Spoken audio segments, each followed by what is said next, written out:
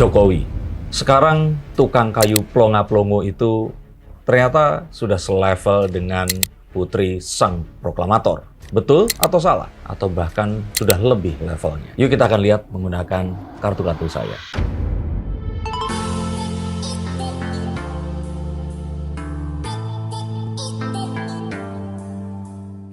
Jokowi kan pengkhianat. Tapi Jokowi kan sudah berjasa dalam pembangunan di negeri ini. Nah, coba kalian, gimana menurut kalian? Tulis komentar di bawah ini sambil mendengarkan penjelasan dari kartu-kartu saya. Seperti kita ketahui, ini adalah masa-masa yang nggak kalah menegangkan sebelum pencoblosan dilakukan. Masa-masa di mana adu tegang antara Jokowi dan Megawati. Jokowi dengan kepiawaiannya bermain langkah-langkah politik dan Megawati dengan semua yang dimilikinya harus memilih untuk menjadi oposisi atau menurunkan emosi dan bekerja sama dengan seseorang yang diakui telah diorbitkannya, dibantu, diberikan fasilitas, dan dianggap mengkhianatinya ini. Yuk kita akan coba lihat. Dan kartu saya yang pertama menunjukkan bahwa banyak hal yang memang tampak, tapi di saat bersamaan, hal-hal yang belum terungkap itu ternyata sangat banyak. Kita mengira bahwa Jokowi akan diam saja saat dikasihankan kemarin itu, terus kemudian diperlakukan seperti anak sekolah yang dipanggil sama guru BP, terus kemudian di selfie sama Mbak Puan, dan yang lain-lainnya. Dan kita baru saja melihat keberanian Jokowi untuk menunjukkan siapa dirinya. Saya ini presiden. Seperti itu katanya. Dengan berani mengambil langkah-langkah kuda hitam yang sulit untuk dibendung. Kita tahu bahwa mereka berdua ini sama-sama mantan presiden. Jokowi masih presiden, tapi Oktober nanti akan jadi mantan presiden. Sehingga kalau dibilang selevel, ya harusnya sudah selevel. Nah, tapi Pak Jokowi ini 2 kali, 2 periode. Sedangkan Bu Mega ini hanya 1 periode. Sampai terus kemudian dilengsarkan atau dianggap juga dikhianati oleh Menteri Polhukamnya dulu, Pak SBY. Nah, gimana menurut pendapat kalian? Selevel atau tidak? Tapi Bu Mega kan punya partai dan dulu pernah menjadi oposisi.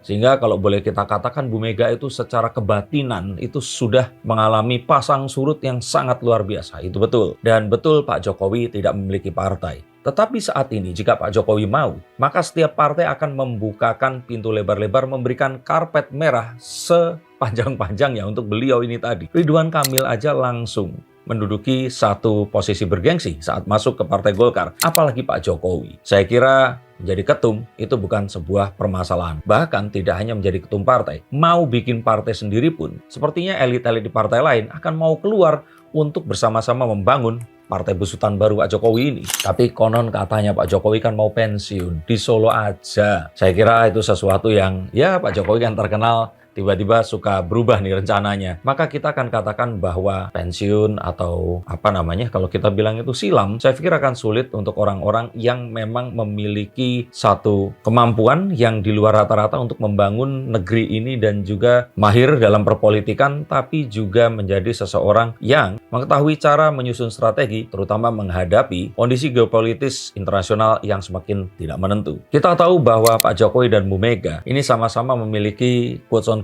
dinasti politiknya. Gibran Kaisang sudah memasuki kancah perpolitikan. Bu Mega, kedua putra-putrinya ini tadi, sudah jelas ada dalam kepartaian dan tinggal menunggu waktu untuk naik saat Bu Megawati nanti lengser atau pensiun.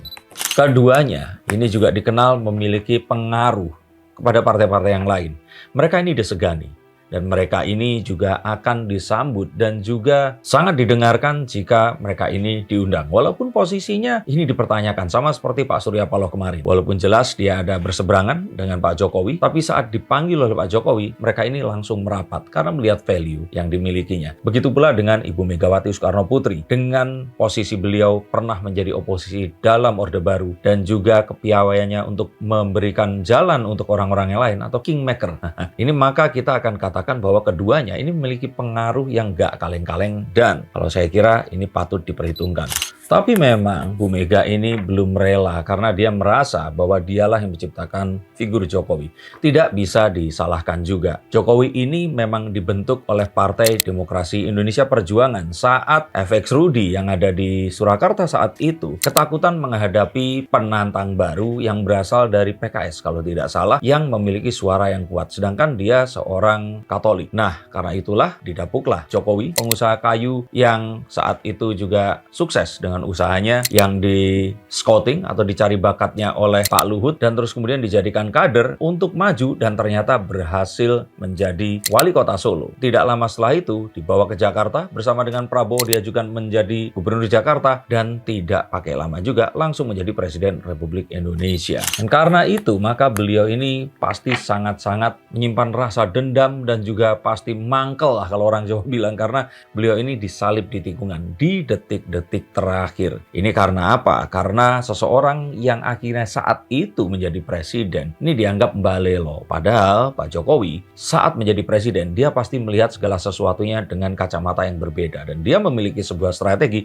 yang seharusnya bisa dipertimbangkan oleh Bu Mega untuk bisa diselaraskan dengan rencana yang ada. Tapi pada nyatanya, Bu Mega sebagai ketua partai dengan hak konstitusionalnya akhirnya menunjuk Mas Ganjar dan Pak Mahfud untuk menjadi capres dan cawapres yang membuat Pak Jokowi tidak memiliki pilihan, akhirnya melakukan apa yang diributkan oleh orang-orang selama ini, memajukan Gibran bersanding dengan Prabowo dan berhadapan dengan calon unggulan partainya secara head to head dan dimenangkannya. Megawati marah dan ini terlihat dari terawangan beliau ini yang merasa masih kuat dengan mengutus Mas Ganjar untuk tidak menunjukkan afiliasinya dan bahkan menyerang kepemimpinan Jokowi di paruh akhir periode keduanya ini tadi. Dan ini ternyata menghasilkan sesuatu yang di luar dugaan. Bu Mega ini kalau menurut saya salah perhitungan. Dia mengira dengan melawan Jokowi, orang-orang akan simpati padanya dan terus kemudian akan berpihak kepada Ganjar Pranowo. Yang pada kenyataannya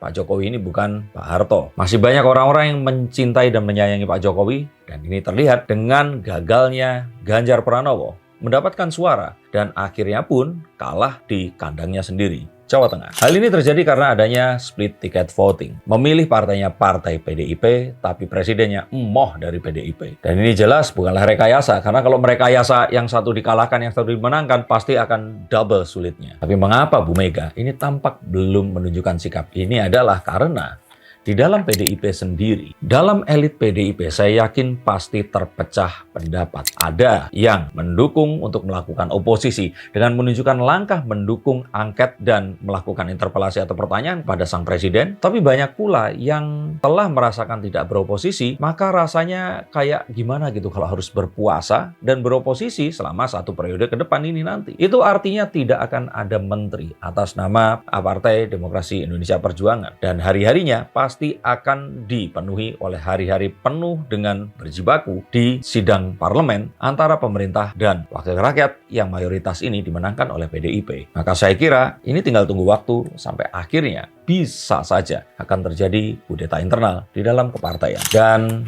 kondisi oposisi yang saya kira Bu Mega ini belum melakukan sebuah kaderisasi, transfer pengalaman dan juga kapasitas yang selesai kepada Mbak Puan dan Mas Nanda, yang akan tentu saja lebih mudah jika ini tidak dilakukan di alam oposisi. Maka inilah yang jadi buah si malakama untuk Bu Mega. Dan saya melihat oposisi sebenarnya adalah pilihan yang paling akhir yang akan diambil nanti. Maka kita baru saja melihat seorang pendatang baru dalam dunia perpolitikan di Indonesia. The new kingmaker. Jokowi bukanlah seorang king lagi. Dia sudah menapaki jalannya. Dia sekarang menduduki posisinya. Dan dia sekarang menjadi salah satu legenda hidup dari dunia perpolitikan di Indonesia dengan manuver politiknya yang di luar Nurul. Bagaimana menurut pendapat kalian? Coba tulis di bawah sini. Apakah Pak Jokowi ini akan bisa mengungguli level Bu Mega? Ataukah dia hanyalah seorang pengkhianat partai saja? Terima kasih untuk kalian yang sampai ke ujung konten ini. Silahkan subscribe. Itu artinya kalian menyukai apa yang saya berikan. Salam untuk keluarga kalian dan sampai jumpa.